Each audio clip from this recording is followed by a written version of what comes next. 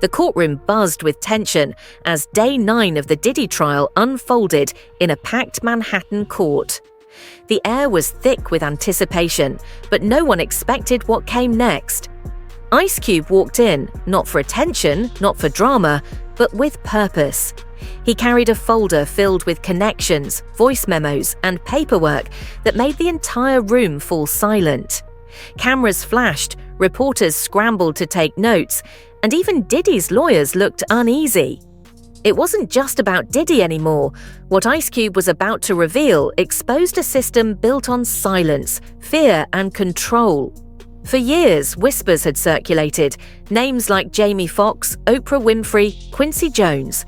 But now those whispers were backed by evidence. As he stepped forward, eyes locked ahead, it was clear. This was a moment decades in the making. The judge gave a small nod, and without hesitation, Ice Cube began to speak. His tone wasn't that of a performer or a movie star, it was the voice of someone who had carried a secret for far too long. Ice Cube wasted no time setting the stage for what would become one of the most explosive testimonies in recent memory. He reminded the jury that while many had taken the stand before him, none had been where he had been. "Some of y'all didn't realize I was not part of their inner circle," he said, his voice steady. That statement alone sent ripples through the courtroom. He explained how the entertainment industry operated under a hidden structure, a secret circle that controlled access, opportunity, and influence. People weren't invited because they were liked, they were invited because they could be controlled. And if they resisted, they disappeared. Cube described how careers were made and destroyed behind closed doors, how power was wielded not through contracts or deals, but through fear, manipulation, and blackmail. He pointed toward Diddy, who sat motionless, visibly shaken. The system wasn't just about music or money, it was about dominance. And Diddy, according to Cube, was at its center, pulling the strings that kept people silent and obedient. As the courtroom absorbed Ice Cube's opening remarks, the atmosphere shifted. He wasn't here to name drop or sensationalize, he was here to expose. When he entered the room, the energy changed instantly. Eyes widened, cameras zoomed in, and even the judge paused briefly, clearly caught off guard. Ice Cube stood tall, calm, composed. He wasn't chasing headlines, he was delivering truth.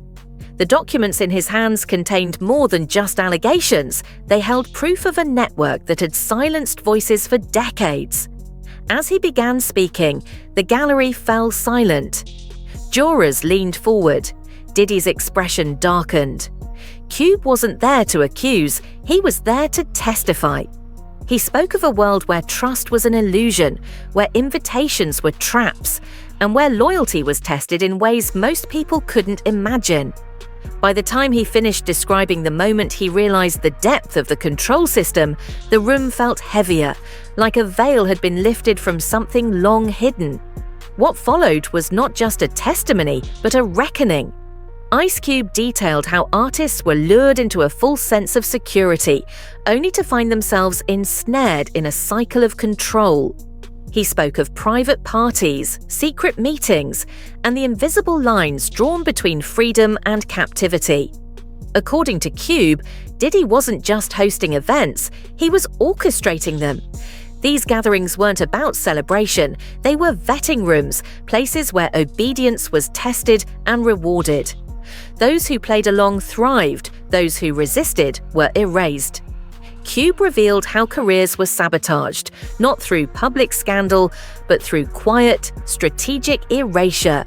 Cancelled projects, blacklisted opportunities, and whispered rumors designed to tarnish reputations without direct confrontation. He pulled out documents showing patterns of sudden disappearances, unexplained health scares, and mysterious career downturns, all connected to the same circles. The deeper he went, the more chilling the picture became. The courtroom remained silent, absorbing the weight of every word. Then came the revelation that shook the room the most: the connection to Jamie Foxx. Ice Cube's voice dropped slightly as he recalled conversations with the actor over the years, conversations filled with unease, confusion, and fear. He described how Jamie had once confided in him about strange experiences tied to Diddy's world. Private basketball parties, blacked-out SUVs, no phone rules. These weren't just celebrity hangouts, they were tests. Who you obeyed, who you questioned, who you protected. Those were the real lessons being taught. Cube explained how Jamie had started to change after these encounters, how his demeanor shifted, how his career suddenly stalled. The 2023 medical emergency, widely reported as a mystery, was not random. According to Cube, it was a warning, a way to remind Jamie that stepping outside the system came with consequences. He told the jury that Jamie had once called him late at night, not explaining much, but what he did say haunted Cube. "I can't talk about it, but I can't unsee it either." That line alone sent chills through the courtroom, but Ice Cube wasn't done. He turned his attention to another name few expected to hear in a courtroom, Oprah Winfrey. He explained how, right before Jamie's big Oscar moment after Ray, he received a call from her. But it wasn't encouragement, it was instruction. She told him he was blowing it, that he needed guidance, and that she would introduce him to someone who could help. That someone was Quincy Jones. Cube emphasized that everyone in Hollywood knew Quincy's name, but few understood his true role. He wasn't just a producer or a legend, he was feared. Behind the scenes, he was the gatekeeper, the enforcer, the handler. The meeting at Quincy's house wasn't mentorship, it was processing. Jamie later told Cube that the experience left him unsettled, that it didn't feel like support but like training. Cube repeated those words. Not helped, processed. After that night, Jamie changed, not because he wanted to, but because he had to. Cube had watched him pretend for years, but today, nobody was pretending anymore. Ice Cube then revealed the darker layers of Quincy Jones's influence. He described how Quincy's power extended beyond music, beyond production, into the very fabric of Hollywood's control mechanisms. Cube claimed to have heard similar stories from other men in the industry, talented individuals who had vanished, suffered breakdowns, or completely altered their public personas overnight. Quincy's charm, Cube explained, was the mask, but the message was always the same: obey or be erased. He then dropped a bombshell: photos. Private, unauthorized images passed around in secret circles, all featuring Quincy smiling while others looked terrified. Cube clarified that he couldn't confirm everything, but what he could confirm was that Quincy wasn't just a mentor, he was a middleman, answering to forces even more elusive. Then he asked the question that echoed through the courtroom. "You want to know how they keep you quiet?" He answered himself, his voice low and firm. "It's not just fear, it's blackmail." Ice Cube then took the story back to himself. He admitted that he hadn't always known the full extent of the system he was walking into. There was a time when he thought success meant creative freedom, when he believed talent alone could carry you. But then came the invitation. A simple message, a time, a place, and a black SUV waiting outside his hotel. He went, thinking it was a networking event. Instead, it was a trap. He arrived at a Beverly Hills mansion, the gates locking behind him. Inside, the vibe was wrong. No laughter, no music, just whispers and security stationed everywhere. He saw familiar faces, celebrities, but they didn't look like themselves. Some were dazed, some scared, some lost. Then he turned a corner and saw a man he deeply respected, slumped on a couch, eyes wide open, staring into nothing. Across from him, a camera rolled silently. That moment changed everything. He left immediately, no questions asked. The next day, he got a call, no greeting, no ID, just one line. "We saw you leave." No threats followed, but the message was clear. That night stayed with him for years, shaping how he viewed the industry, the people in it, and the cost of speaking out. As the courtroom listened in stunned silence, Ice Cube laid bare the psychological warfare used to maintain control. He described how Diddy's empire wasn't built solely on music or money.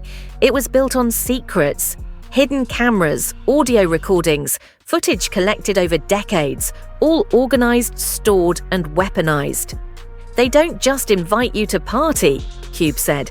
They record you at those parties. He turned toward the prosecution, his voice rising. You want to know why so many stayed silent? Ask how many got a flash drive in the mail. Ask how many got a blocked call playing audio of something they don't even remember. Ask how many careers vanished after they said no. He mentioned 2 actors who had confided in him, terrified, confused, unsure what had happened after midnight at one of Diddy's events. One had woken up in a hotel room with a contract on the table, no memory of signing anything. Cube's words painted a picture of a world where consent was blurred, where reality was manipulated, and where resistance came with a price. Then came the final act, the breaking point. Ice Cube turned toward the jury, his voice steady but filled with conviction. This ain't about music, he said. It's not even about parties. It's about control. He looked each juror in the eye, then nodded toward the prosecution. They don't just shape what we listen to, they shape what we believe, what we fear, who we follow. He explained how Hollywood wasn't just an industry. It was a machine engineered to take real identity, real trauma, and sell it back as entertainment. You think it's freedom? He asked. No, it's scripted.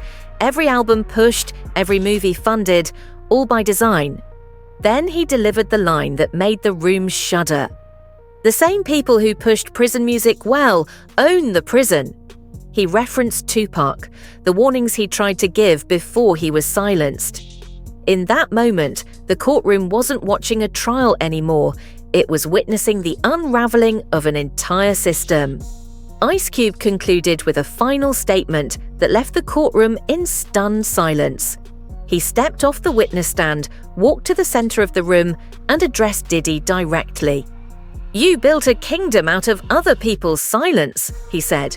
You called it success, but it was slavery. His voice didn't shake, it grew steadier with every word. You didn't just throw parties, you built prisons, emotional ones, psychological ones, and you filled them with people who thought they were being celebrated, but were really being watched, controlled, and used. He turned to face the gallery, addressing every artist watching, every young dreamer hoping to make it. Understand this, before they give you the keys to your dream, they're going to ask you for something back. Sometimes your voice, sometimes your dignity, sometimes everything. He paused. By the time you realize what you gave up, it's already too late. Then, in a moment that stunned everyone, he reached into his folder, pulled out a photo of himself from 1991 and tore it in half. That version of me didn't make it, he said, but the one standing here now isn't afraid of any of you anymore. As the torn photo fluttered to the floor, the courtroom remained silent. Reporters stopped typing. Jurors blinked slowly, absorbing the gravity of what they'd just witnessed. Ice Cube returned to the witness stand, placed the remaining pieces of the photo on top of the folder, and looked up at the judge. I don't know what you'll do with all this, he said calmly, but now you can't pretend you didn't hear it. Now you know, all of you. He turned one last time to Diddy, locking eyes with him. You thought nobody would speak up. You thought everyone was bought, buried, or broken. His voice softened slightly. But the silence is broken now. The door you locked for so long, it's wide open. With that, Cube stepped off the stand. He didn't stop to acknowledge the press. He didn't glance at the jury. He walked down the aisle like a man who had finally spoken the truth he'd carried for decades. Just before reaching the exit, he turned slightly and said, They didn't kill Jamie. They didn't kill me. They just made us louder. And with that, he left the courtroom. But what he left behind was more than testimony. It was a warning, a shift, and the start of a storm that no one in that room would ever forget.